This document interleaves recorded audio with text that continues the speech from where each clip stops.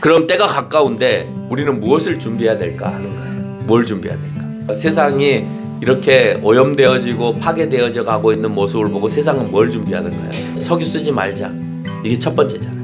환경의 오염물질을 줄이자. 자연에 있는 그대로를 가지고 우리가 한번 살아보자. 그래서 자연에서 에너지를 찾자고 열심히 노력들을 합니다. 그래서 예수님께서는 첫 번째 외침이 뭐냐?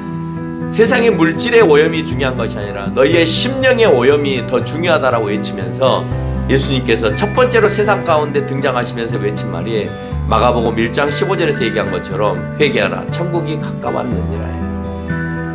너희에게 중요한 것은 그거다는 거예요.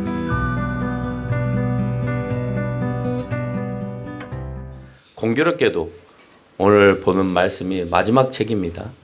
창세기부터 요한계시록까지 우리가 열심히 달려왔는데 오늘 25년도 마지막 주일에 마지막 성경책 또한 앞으로 하나님 나라에 대한 또한 종말을 얘기하는 그런 성경을 오늘 함께 우리가 다루게 되었다는 것입니다.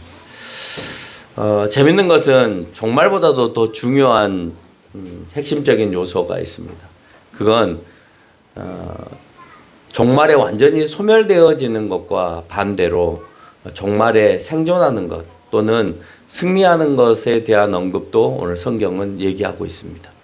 그래서 우리는 종말로 인해서 소멸되어지거나 없어지는 것을 말하고자 하는 것이 아니라 종말의 때에 승리하여서 영원히 우리가 존재하고 영원한 삶을 살게 됨에 대한 언급을 요한계시록은 하고 있다라고 하는 것입니다.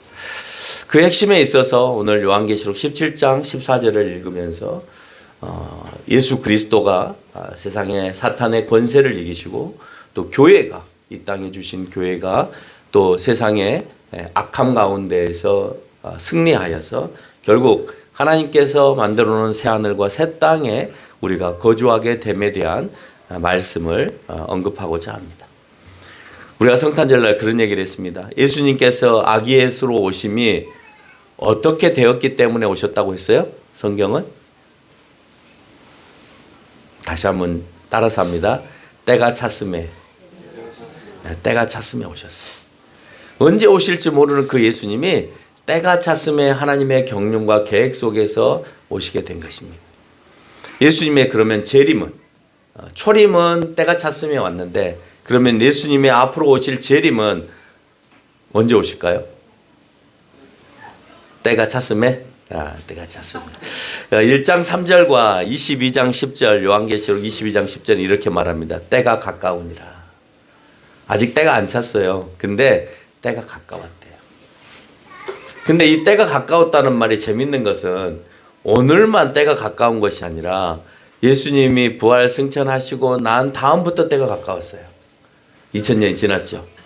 근데 예수님 보내주시겠다라고 한 때가 아담의 때부터 얘기를 하셨고 그 이후로 우리가 성경적 시간으로 보면은 한 4000년 족보상으로 보면 그렇지 않고 지구과학자들이 보면 수백만 년의 시간이 지나서 예수님이 오셨습니다. 그러니까 2000년 전부터 때가 가까우니라 라고 얘기를 하셨는데도 아직까지도 때가 가까운 거예요. 하나님의 시간 속에는 아직 몰라. 근데 중요한 건 때가 가까우니라 하다가 오신다는 거예요. 예수님 보내줄게 하다가 예수님이 오신다는 거예요. 그러니까 무방비 상태에 있다가 전혀 자기가 받아들일 준비가 안 되어 있는데 예수님이 오시더라는 거죠. 그러니까 오늘 때가 가까우니라 라고 할 때는 항상 너희가 깨어서 준비하는 자세가 있어야 된다. 또 뿐만 아니라 때가 가깝다라고 하는 것이 우리가 생각할 때 예수님께서 구름 타고 오시는 것만 때가 가깝다라고 생각할지 모르겠지만 여러분이 죽는 순간 때는 끝난 거예요. 다시 이 땅에 존재할 수 있는 것은 아니잖아요. 그러니까 때가 가까우니라 안에는 네 죽을 날도 가깝다라는 얘기를 같이 내포하고 있는 거예요. 언제 죽을지 모르잖아요. 그러니까 언제든지 우리는 그것을 준비하고 있어야 된다라고 하는 거예요. 요한계시록은 때가 가까우니로 시작하여서 때가 가까우니로 끝납니다. 1장 3절에서 그렇게 말했고 22장 10절에서 얘기했으니까 1장과 22장에서 계속해서 반복해서 강조하고 있는 것은 때가 가까우니까 경각심을 갖고 살아라라는 거예요. 그날의 최후의 승자의 날이고 그날이 가까워오고 있다라고 하는 것을 설명합니다. 네가 승리자로서 예수님 앞에 설 거냐? 패배자로서 예수님 앞에 설 거냐? 그것을 오늘 묻고자 하는 것입니다. 여러 번 언급한 바가 있지만 한국의 지구과학자나 천체물리학자, 기후학자, 로봇학자, 미래학자 이렇게 물질 세계를 연구하는 대부분의 학자는 자연과 세상을 연구하면 연구할수록 인간에 의해서 지구는 계속 종말로 가고 있다라고 표현합니다. 특히 극지방 연구를 하고 있는 세종과학기지는 점점점 빙하가 녹아가는 그 속도를 보면서 이러다가 얼마 남지 않았구나라고 하는 것을 체험하게 된다는 거예요. 뿐만 아니고 극지방 연구의 가장 중요한 것 중에 하나가 우리가 알지 못하는 새로운 미생물과 박테리아와 또 거기에서 발생하는 세균들이 어떻게 녹아서 물속으로 침투해 들지 모른다는 거예요. 그랬을 때 우리는 과거에 어떤 상황 가운데 인간이 부분적으로나마 종말을 자초했는가 모르잖아요. 어떤 바이러스와 어떤 세균으로 많은 사람들을 죽였는가 모르잖아요. 그런 것들이 얼음 속에 갇혀 있는 거예요. 녹으면 그것들이 풀려나기 시작하고 다시 살아나기 시작한다. 그랬을 때 우리는 그것을 준비할 준비가 안 돼 있을 수도 있다. 갑자기 많은 것들이 풀려나와서 우리를 힘들게 할 수도 있다라고 하는 것에 대한 경종을 울립니다. 성경 속 종말은 하나님의 특별한 방법으로 파괴된 것이 아니라 물질 세계에 있는 것들을 통해서 파괴되어졌어요. 노아 홍수 때는 물로 세상을 파괴하시고 바벨탑 사건에서는 언어로 파괴하시고 또한 성경에는 대륙 붕괴의 이야기도 언급하고 있는데 지진이나 화산을 통하여서도 부분적으로 그 지역에 있는 사람들이 멸망하고 없어지는 것들을 우리는 봤습니다. 마찬가지로 주님은 그런 방법으로 세상의 마지막을 결정 지을 수 있다라는 생각을 하게 되는 거죠. 이렇게 무언가를 통해서 세상은 멸망되고 없어지고 소멸되어질 수 있겠구나라는 생각을 하는 것. 왜? 성경에는 그렇게 다양한 방법으로 많은 사람들이 죽어왔기 때문이다라는 거죠. 그럼 때가 가까운데 우리는 무엇을 준비해야 될까 하는 거예요. 뭘 준비해야 될까? 세상은 뭘 준비하던가요? 세상이 이렇게 오염되어지고 파괴되어져 가고 있는 모습을 보고 세상은 뭘 준비하던가요? 세상도 느끼고 있잖아요. 그렇죠? 환경이 파괴되어져서 점점 살기 어려운 환경의 지구가 되고 있다는 걸 다 알고 있어요. 모르는 사람 한 명도 없어요. 그래서 세상은 뭘 준비하고 있던가요? 첫 번째, 석유 쓰지 말자. 이게 첫 번째잖아요. 그렇죠? 석유 쓰지 말자. 그래서 환경의 오염물질을 줄이자. 그래서 이제는 자연, 우리가 뭔가를 캐내어서 쓰고 그것을 먼지와 연기화 시키는 것이 아니라 자연에 있는 그대로를 가지고 우리가 한번 살아보자. 그래서 자연에서 에너지를 찾자고 열심히 노력들을 합니다. 그래서 인위적인 거 말고 이제는 인위적인 말고 산업혁명 이전의 자연의 시대로 돌아가서 자연에서 뭔가를 얻고 자연에 있는 것들을 가지고 우리가 자연 친화적인 삶을 살아가자라고 하는. 그러니까 산업혁명이 일어났을 때 사람들은 열광을 했습니다. 너무 싼 가격으로 우리가 옷을 입을 수 있고 먼 거리를 빨리 갈 수 있고 너무 편리한 세상들이 만들어지니까 산업혁명에 사람들은 다 열광했지만 그 시대가 채 200년도 되기 전에 이미 인간은 이것이 잘못된 세상이구나라는 것을 깨닫게 되어지는 거예요. 그래서 다시 산업혁명 이전의 시대로 돌아가야 된다라고 하는 것으로 사람들은 이제 목소리를 맞춰가고 있다라고 하는 것입니다. 인간의 이기적인 마음은 결코 세상을 돌이킬 수 없습니다. 여러분 인간이 얼마나 이기적인지 아세요? 석유 쓰지 말자고 했잖아요. 그렇죠? 원자력 발전하지 말자고 했잖아요. 왜요? 한번 파괴됐더니 일본에서 원자력 발전소가 파괴되고 나니까 그 일대의 모든 해양 생물들을 먹을 수 없을 뿐만 아니라 그 도시 전체가 완전히 파괴가 되어져서 그 누구도 접근하지 못하는 도시가 되어버렸잖아요.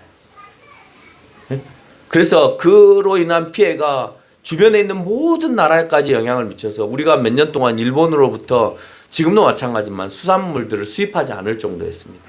그 정도로 원자력 파괴가 세상 가운데 미치는 영향이 굉장히 컸다라고 하는 것을 우리가 알 수가 있죠. 세상은 얼마나 이기적이냐. 그렇게 하지 말자고 하면서 우리는 최근에 들어서 내연 자동차를 만들지 않고 전기 자동차와 태양열과 풍력을 지향하는 그런 모습을 보입니다. 그리고 그렇게 하자고 얘기합니다. 그러나 자신들의 생계와 관련되다 보니까 상대국들이 그것을 너무나 더 잘 만들어내거든요.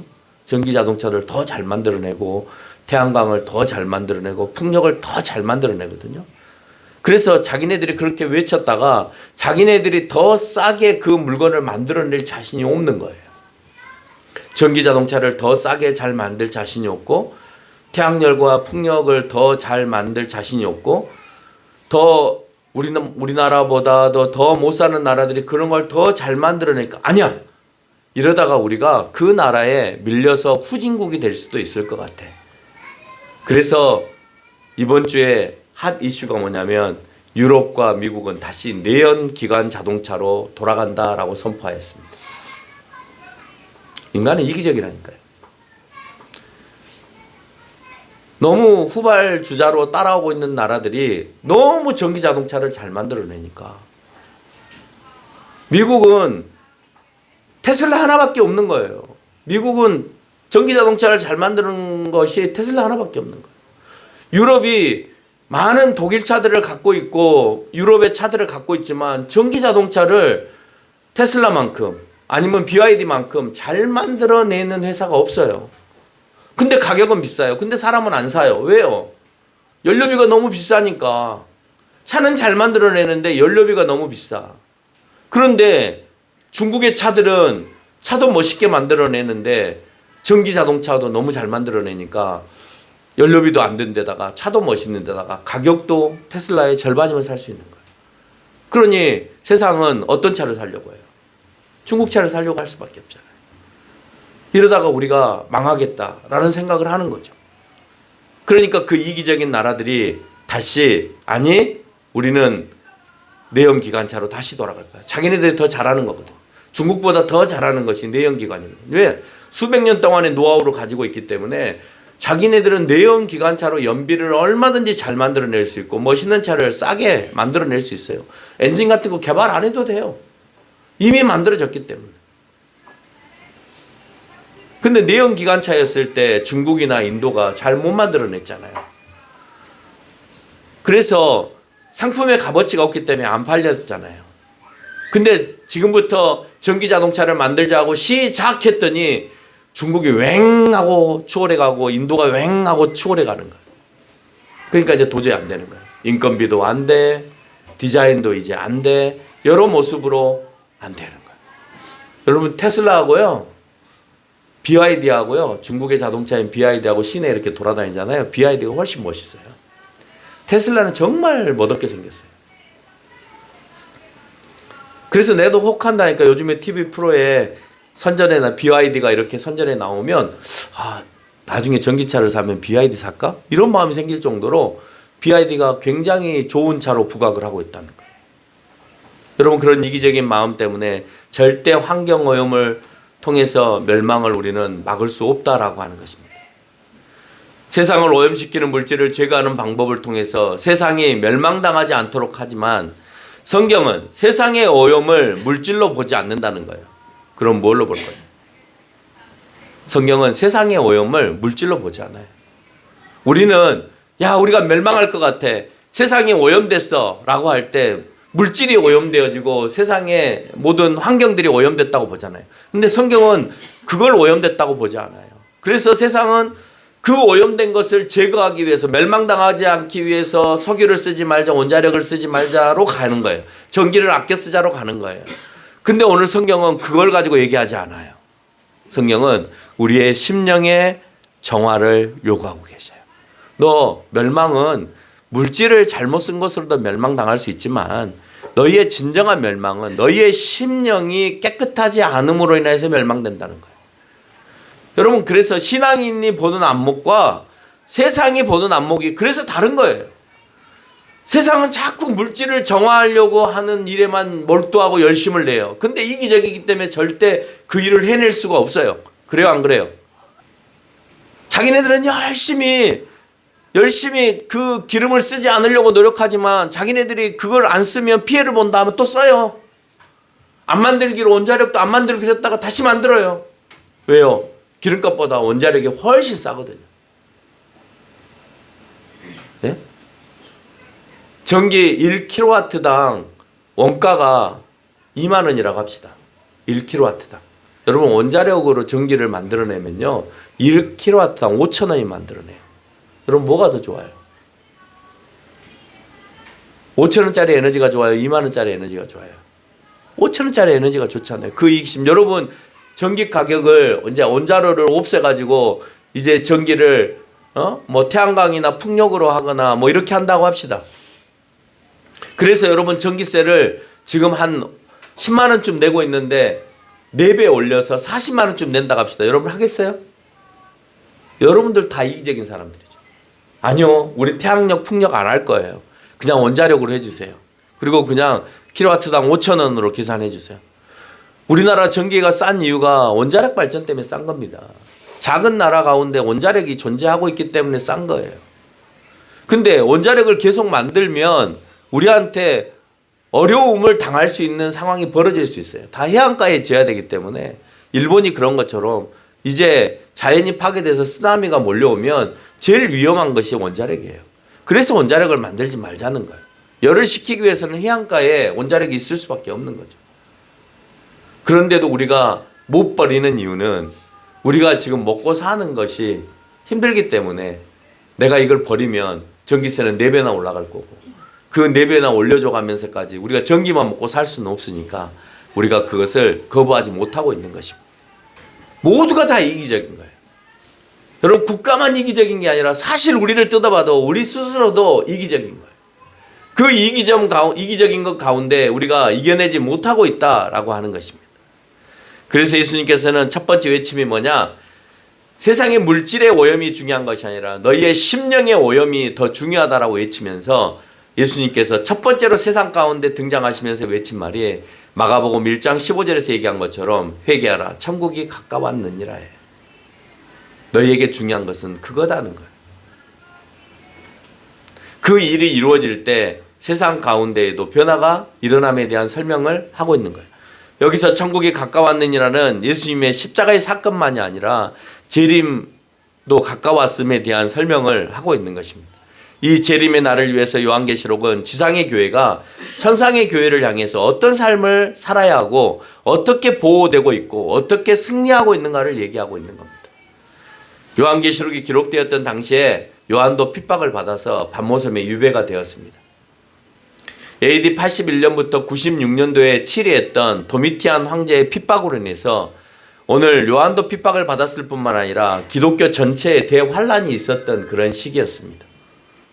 그 이유는 도미티안 황제를 신격화해서 자기를 신이라고 칭하였고 그것을 법령화해서 자기를 숭배하는 대상으로 만들어놨는데 이 말을 안 듣는 무리들이 있네? 그게 유대인들과 기독교인들이었던 거예요. 그러니 핍박을 가할 수밖에 없었던 거죠. 그런데 그 핍박 가운데에서도 그 신앙을 지킴이 중요했다는 거예요. 여러분 핍박 가운데 신앙 지킬 거예요? 안 지키죠. 도망가죠. 여러분 핍박이 안 와도 도망가잖아요. 내가 예배에서 멀어지고 신앙에서 멀어지고 핍박이 안 와도 멀어집니다. 근데 핍박이 오면요. 그거 좀 참으면 되잖아요. 뭐 황제한테도 절 좀 하고 또 예수님한테도 적당히 절 좀 하고 뭐 그렇게 살면 되죠 뭐. 그거 내가 살아야지. 내가 죽으면 철학자들이 얘기하는 것처럼 내가 존재하지 않으면 신도 존재하지 않는다. 이렇게 변명하면서 사는 거예요. 네? 내 의식 속에 신이 존재하기 때문에 신도 존재하는 거 아니야? 내가 죽으면 신도 없지. 내가 인식하지 못하니까. 그럴싸하잖아요. 철학자들이 말하는 게 그런 거예요. 그러니까 내가 살아야 된다는 거예요. 어떻게든 살려고 발버둥치는 거예요. 내가 살아야 신도 있는 거잖아. 그러니까 내가 당신이 보기에는 이상하게 보이고 옳지 않은 모습으로 내가 살아간다 하더라도 내가 존재해야 당신도 존재하는 거니까 나는 그냥 이렇게 살 거야. 우상한테도 숭배하고 또 때로는 내가 필요에 따라서는 예배도 좀 멀리하고 즐기면서 살면서 그래야 내가 좀 살 수 있지. 그걸 안 하고 어떻게 살 수 있어? 라고 얘기하면서 사는 거예요. 만약에 그랬으면 기독교는 지금까지 존재하지 않았을 겁니다. 왜냐? 핍박 가운데 핍박을 받지 않았겠죠. 그래요. 도미티안 황제를 내가 신으로 숭배하면서 살게요. 그리고 내가 하나님도 믿을게요. 뭐 이랬겠죠. 근데 대부분은 다 그랬어요. 그렇게 하지 않은 사람이 몇 안 되는 거예요. 한국 교회도 마찬가지고. 그래서 그 소수에 의해서 지금까지 온 세계에 복음이 전해질 수 있었던 것입니다. 기독교인들은 육체적인 삶을 위해서 핍박과 위협과 궁핍과 환난 속에서 믿음을 버려야 할지에 대한 기로에 서 있었습니다. 내가 기독교를 좀 더 멀리 할까? 버릴까? 나에게 다가오는 이 위협을 내가 받아야 되나? 이 핍박을 내가 받아야 되나? 내가 하나님을 좀 멀리하고 예수님을 좀 멀리하면 내가 이 궁핍함과 이 핍박과 환난에서 벗어날 수 있을 텐데. 우리는요, 로마 시대 때만 그런 생각을 하는 게 아니라 지금에도 여러분에게 잔잔하게 흘러가서 그것으로 핍박을 해요. 여러분 하잖아요. 여러분 늘 고민하잖아요. 내가 이걸 잡으면 내가 좀 더 편해질 수 있는데 편해지려면 내가 하나님하고 좀 멀어져야 돼. 여러분 없어요? 목사인 나도 있는데 여러분에게 없다면 거짓말이죠. 우리는 늘 그런 시험 속에서 살아가는 거예요. 그러면서 가감하게 포기하고 내려놓고 하지 않고 하나님께 더 매진하면서 살아보는 거예요. 여러분 그걸 오늘 요한계시록에서는 설명하고 있는 것입니다. 이 문제에 관한 답과 같이 요한계시록은 그 문제에 대해서 나는 이렇게 살아왔다라고 하는 것을 설명합니다. 요한계시록이 마지막 책인데 사도 요한이 집필자이고 순교라는 단어를 처음 사용합니다. 마르티스. 이에 대해서 말할 때 이 책에서 성경에서 첫 번째 순교자가 누구냐? 여러분 성경에서 첫 번째 신약에서 첫 번째 순교자가 누구예요? 야고보예요. 야고보가 누구예요? 요한의 형이에요. 순교를 얘기해야 되는데 자기 형이 제자들 가운데 첫 번째 순교자였단 말이에요. 반면 요한은요. 모든 제자들이 다 순교했을 때 끝까지 살아남은 승리자였어요. 참 신기하죠? 승리자의 모습으로서 오늘 요한은 이 책을 쓰고 있다는 것에 대해서 여러 가지 혼란스러운 생각들을 우리에게 던져주게 되어집니다. 또한 이 두 사람은 성경 속에서 늘 베드로와 가까이 예수님과 늘 곁에 있었던 사람. 예수님과 늘 곁에 있었던 12제자 가운데서도 세 사람을 뽑아라 그러면 베드로와 세베대의 아들 야고보와 요한이었어요. 얼마나 가까웠으면 많은 지금의 자유주의 신학자들이나 세상을 잘못 왜곡되고 보고 있는 학자들이 요한과 예수님은 동성애를 했다는 말까지 해요. 얼마나 가까이 있었습니다. 웃기죠? 그것은 이미 그 시대가 지나고 난 다음에 예수님이 부활승천하고 1500년 뒤에 중세의 화가들이 예수님과 요한을 잘 이렇게 가까이 붙여서 그림을 그리고 예수님 옆에 늘 예수님 요한이 있는 것처럼 여성스러운 모습으로 있는 것처럼 막 묘사를 해놓은 것을 보고 1500년 뒤에 일어난 일을 그림으로 그리는 것을 보고 현대인들은 그 그림을 통해서 다시 재해석을 하는 거예요. 여러분 지금부터 500년 전의 화가가 1500년 전에 예수님과 요한의 모습을 어떻게 알아요? 우리가 500년 전의 일도 모르는데. 그런데 자기 마음대로 그려보는 거예요. 성경에서 요한도 가까이 있고 세베대도 야고보도 가까이 있고 베드로도 가까이 있는데 이상하게 요한을 그렇게 묘사해보고 싶은 거죠. 근데 재밌는 건요. 중세 때요. 이 성당 안에 동성애가 범람했습니다. 지금도 성당 안에는 동성애가 참 많이 범람하는데 그 이유가 뭐냐면 남자끼리만 사니까. 여자끼리만 살고. 같이 접촉할 수 있는 상황들이 이루어지지 않으니까. 이성을 만나는 순간 이상한 눈으로 쳐다보니까 차라리 동성하고. 최근에 죽었던 베네딕트 신부도 그 교황도 자기 고해성사를 했던 그 신부에게 그렇게 얘기를 했대잖아요. 내가 지금까지 동성애를 한 것에 대해서 내가 고백한다. 너무 많아요. 여러분 군대 가보면 알잖아요. 그래서 군대는 오랫동안 사람들을 가둬놓고 남성들만 모아놓으니까 그 안에서 이제 예? 이 발정한 수컷들이 암컷들을 못 찾으니까 그 안에서 동성애가 일어나는 거예요. 제일 많죠. 아마 이렇게 보면 막 이 남학생들한테 남자애들한테 비비고 있는 남자애들이 있어요. 막 가서 얼굴을 비비고 뒤에서 껴안고. 뭘 그거에 장난이 될 수도 있죠. 학교 다닐 때는 그게 장난이 될 수 있고 그런데 군대에 가서 그렇게 하면 이제 느끼해지는 거예요. 성인이 돼서 그렇게 하면. 학교 다닐 때는 친구들하고 뭐 그럴 수 있죠. 껴안기도 하고 뭐 얼굴도 비비고 좋으니까 그럴 수 있는데 그게 점점 발전이 되어지면 늘상 수컷에게 비비는 거예요. 그런 사람들 너무 많았어요. 저희 군대에 있을 때도요. 저희 군대에 있을 때도 그랬어요. 더군다나 배는 더 심각해요. 갇혀 있잖아요. 더 협소한 공간에 있잖아요. 더 외부하고 차단이 돼 있잖아요. 배 밖을 나가지를 못하잖아요.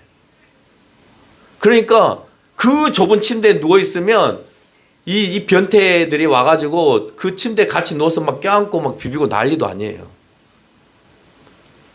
그걸 허용하면 안 되죠. 가라고 막 징그럽다고 막 뿌리쳐야 되는 거예요. 그러니까 그런 모습들이 이 세상 가운데에도 존재하게 되어졌다는 거예요. 요한계시록이 로마 시대의 교회 핍박만을 다루고 있다면 영원한 종말을 말할 것이 아니므로 세상에 종말은 없고 천국도 없고 구원도 없고. 여러분 요한계시록이 로마의 교회 핍박만을 얘기하고 그래서 로마가 멸망을 했느냐라고 놓고 보면 그래서 세상이 멸망했느냐라고 놓고 보면 종말 안 했잖아요. 자, 종말이 안 돼 있으니까 그러면 성경에 있는 그 다음에 천국도 없는 것이고 구원도 없는 것이고 그냥 이 땅에서 잘 살면 되는 것으로 우리는 쉽게 해석할 수 있는 거잖아요. 다른 말로 하면 로마 시대 교회 핍박의 관점에서 성경을 읽고 있는 사람에게는 천국과 구원이 없기에 믿음도 없다라고 우리는 쉽게 단정을 내려버릴 수 있는 겁니다. 우리는 요한계시록 하면 환상과 상징에 관한 해석, 또 세상이 끝나는 미래적인 해석에 집중하게 되어져요. 환상과 상징적인 묘사가 되어 있다고 해서 성경을 신비적으로만 보아서는 안 된다는 거예요. 요한계시록에 기록된 숫자나 색깔, 동물 이런 상징들은 당시에 유대인 기독교인들은 다 알 수 있는 그런 언어였다는 거예요. 그런 색깔이었고 그런 동물이었다는 거예요. 그런 걸로 묘사되어 있다는 거예요. 그렇게 묘사된 환상이 실제적으로 일어난 사건이 아닌 상징으로 표현되어지고 있다라고 하는 것을 기억해야 돼요. 진짜 홍마 탄 사람이 와? 진짜 백마 탄 사람이 와? 진짜 청마 탄 사람이 와가 아니라 그걸 어떻게 상징적으로 묘사하고 있느냐를 우리가 알아야 된다. 예를 들면 어린 양이라고 표현되어 있는 요한계시록 17장 14절이나 19장 11절에서 말한 백마 탄 자는 실질적인 생물이나 인물이 아니에요. 여기서 말하고 있는 이 백마 탄 자나 어린 양은 본문을 읽어보면 알겠지만 승리한 자를 묘사하기 위해서 그렇게 설명하고 있어요. 이 또한 구약에 인용되어져 있는 내용들이고 유대인들에게 있어서 쉽게 이해할 수 있는, 구약을 알고 있다면 쉽게 이해할 수 있는 단어들로 표현하고 있다는 거예요. 여러분 구약에 등장하는 단어들을 요한계시록에 여러 가지로 사용되어지고 있는데 예를 들면 에스겔서 18장에 등장하는 네 생물이라든지 스가랴 6장에서 말하고 있는 네 종류의 말이라든지 또 스가랴 4장에서 얘기하고 있는 두 감람나무나 두 촉대 같은 것도 이미 구약 성경에 언급되어졌던 내용을 요한계시록에 가지고 와서 쓰고 있기 때문에 우리는 그 말이 무슨 말인지 이해가 잘 안 되지만 유대인들은 그것을 충분히 이해할 수 있다는 거예요. 요한계시록에 자주 등장하는 7이라는 숫자 역시도 숫자적 7을 의미하는 7개를 의미하는 것이 아니라 완성을 의미하는 것이기 때문에 본문을 읽다가 7이라는 숫자가 등장할 때는 전 세대를 표현하는 거예요. 여러분 그래서 요한계시록에 7개 교회를 얘기하는 것은 딱 7개 교회만 얘기하고자 하는 것이 아니라 소아시아 지역에 있는 모든 교회를 다 설명하는 거예요. 7이라는 숫자가 모두를 표현하고 있기 때문에 완성을 표현하고 있기 때문에 그래요. 다양한 이런 교회들이 있음을 설명하면서 이 가운데 너희가 걸리는 교회라면 이런 부분들을 너희가 시정하고 칭찬받는 교회가 되라라고 하는 것을 얘기하는 겁니다. 이 상징으로 쓰여진 요한계시록은 실존하는 교회, 실제 있었던 교회에 보내는 메시지라는 점이에요. 그러니까 진짜 그 교회에 보낸 거죠. 더 나아가 그것으로 끝나는 것이 아니라 지금의 교회와 앞으로 있을 교회를 향해서 선포되어지고 있다는 점도 우리가 기억해야 되는 거예요. 그래서 이 교회가 그냥 좌절되어지거나 야단맞는 교회가 아니라 칭찬받는 승리하는 교회가 되기를 원하고 있다는 거예요. 여러분 그걸 요한계시록은 얘기해요. 그래서 그 승리라고 하는 것이 막 우리가 승리가를 외치면서 막 큰 소리로 찬양하고 폭발적인 성장을 해서 막 교회가 커지는 것을 승리라고 얘기하는 것이 아니라 여러분 삶 속에서 나에게 오늘 또 유혹하고 있는 것들을 이겨내는 승리를 얘기하는 거예요.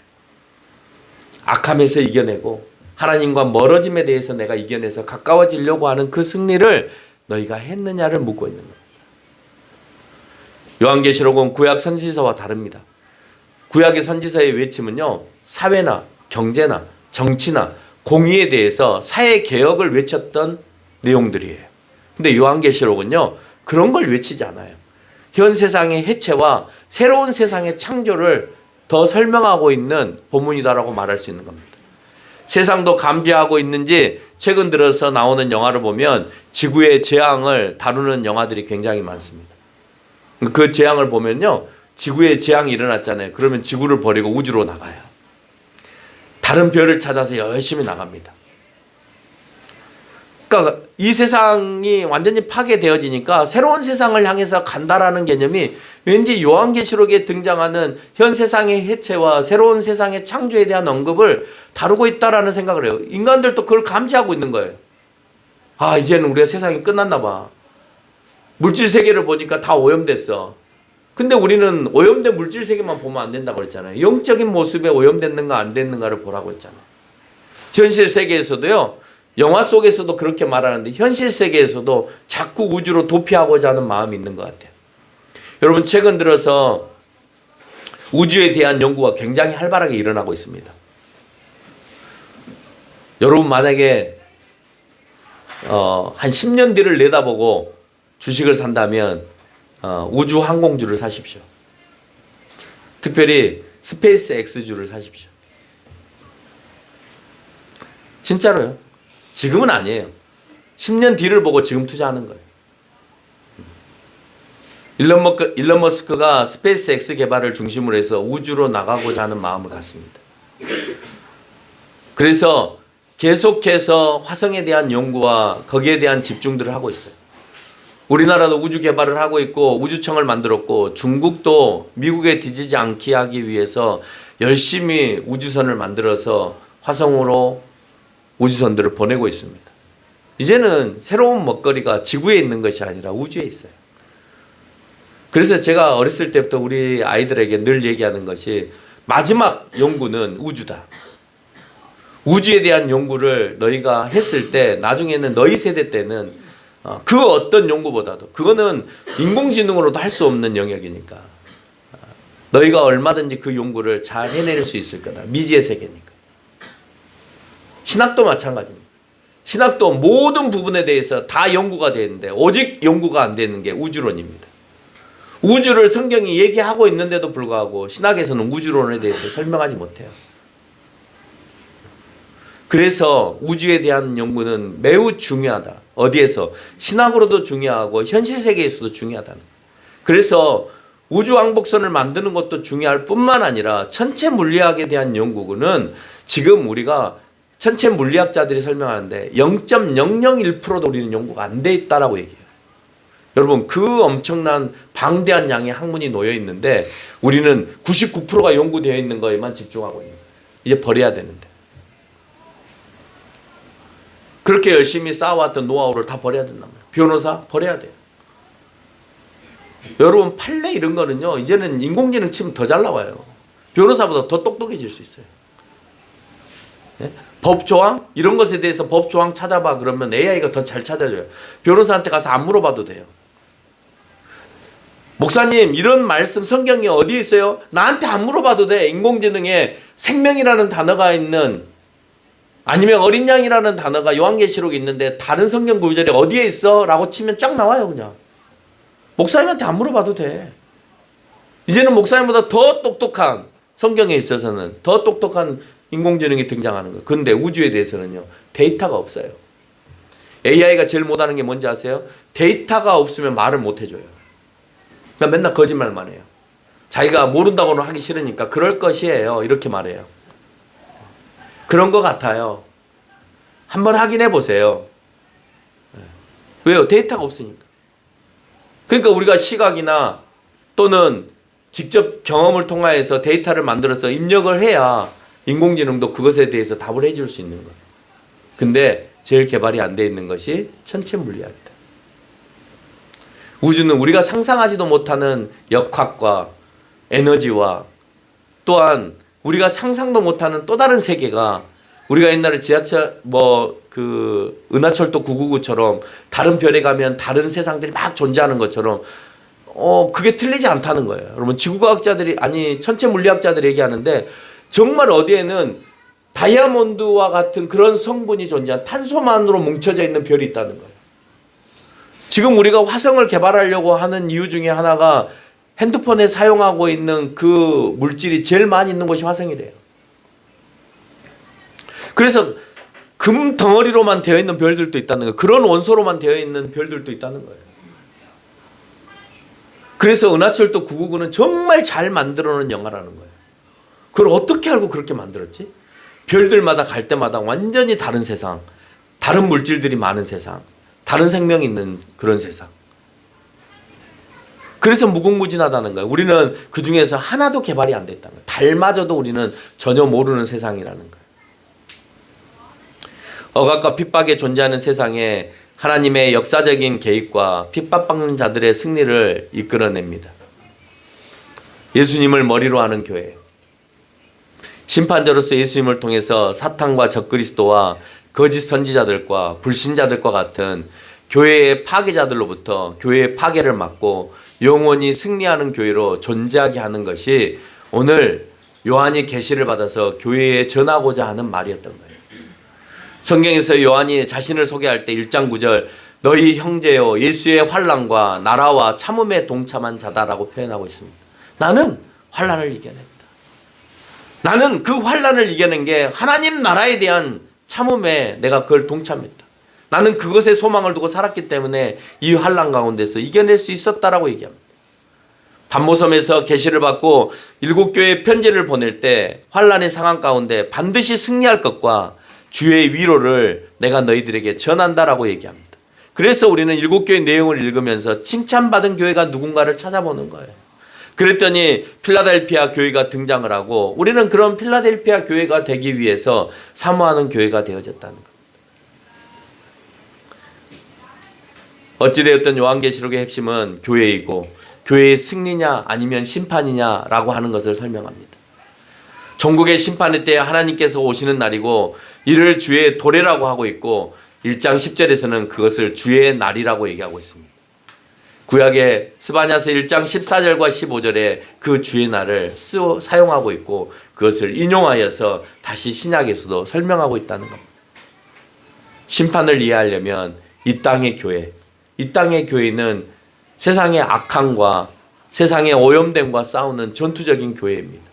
그 전투적인 교회가 존재하고 있는 이 땅에 우리가 하나님 나라의 교회, 승리하는 교회, 승리해야만 갈 수 있는 교회에 대한 존재에 대해서 다시 한번 설명하고 있다는 거예요.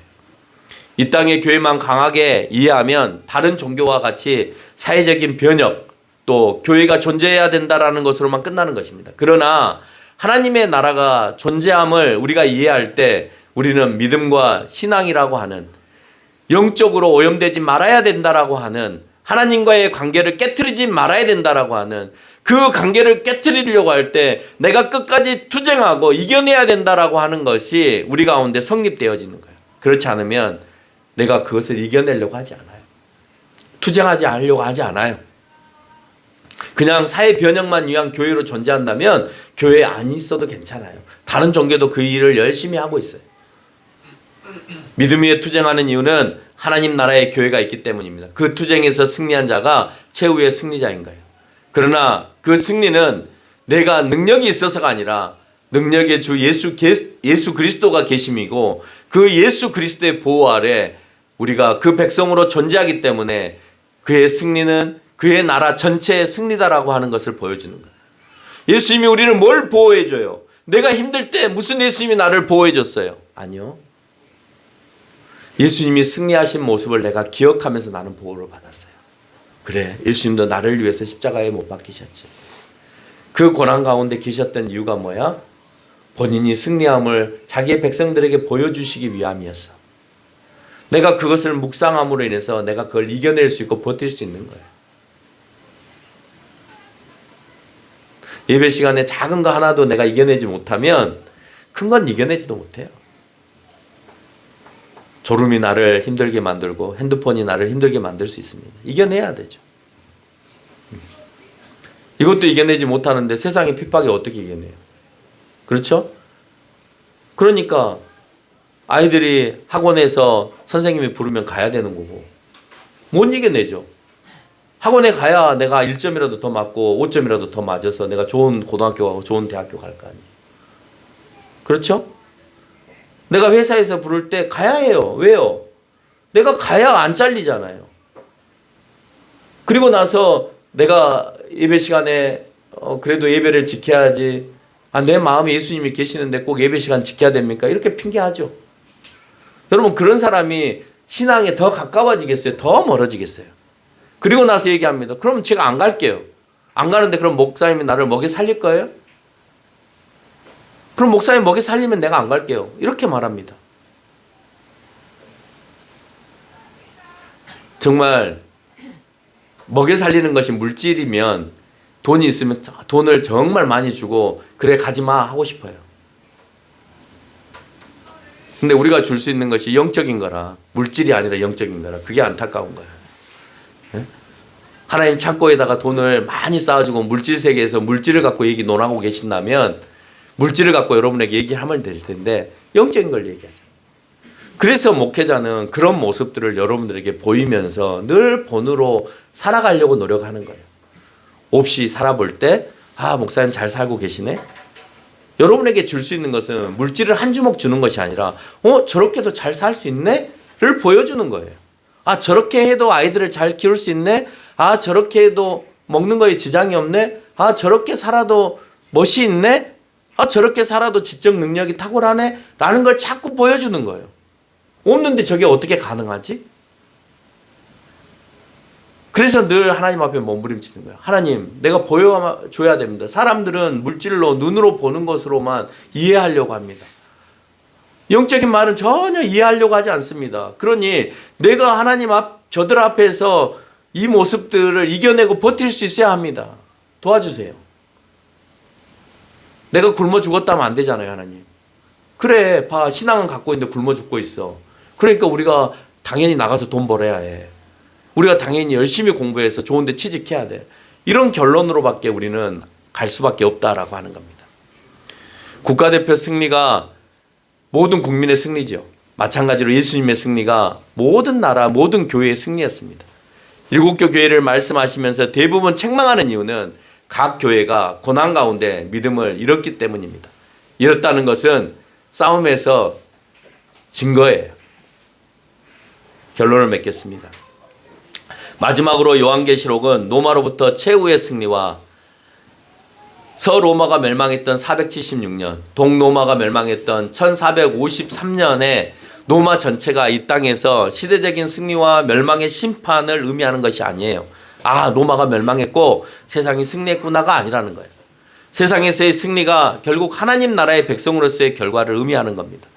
성경 전체의 흐름을 통해서 알 수 있듯이 물질 세계를 예수님의 말씀을 통해서 예수님께서 창조하셨어요. 그렇다면 물질 세계가 잘못되어졌을 때 하나님께서 원하지 않은 방향으로 갈 때 그 물질 세계의 마무리도 역시 누가 하실까요? 예수 그리스도가 하시겠죠. 그래서 요한계시록 22장 13절에서 예수님은 알파와 오메가이고 처음과 나중이라고 얘기하고 있어요. 내가 처음을 만들었잖아. 내가 요한계시록에서 마지막도 얘기할게. 말씀으로 세상이 창조되어졌잖아. 말씀인 예수 그리스도가 이 세상을 멸할게 라고 설명하는 겁니다. 그리고 새하늘과 새 하늘을 내가 너희를 위해 창조할게. 예수 그리스도의 말씀으로 물질 세계가 존재하고 그 물질 세계에 오신 하나님이신 예수 그리스도, 그 예수 그리스도를 통해서 물질 세계는 소멸되어지고 새 하늘과 새 땅을 너희에게 주시겠다라고 설명하면서 그 천국 입성에 대해서 너희가 승리하는 교회가 되어야 된다. 승리하는 자라만 갈 수 있는 그 땅이 천국이다라고 하는 것을 오늘 요한계시록은 설명하고 있다는 것을 기억하면서 살아가는 저와 여러분이 되시기를 바랍니다.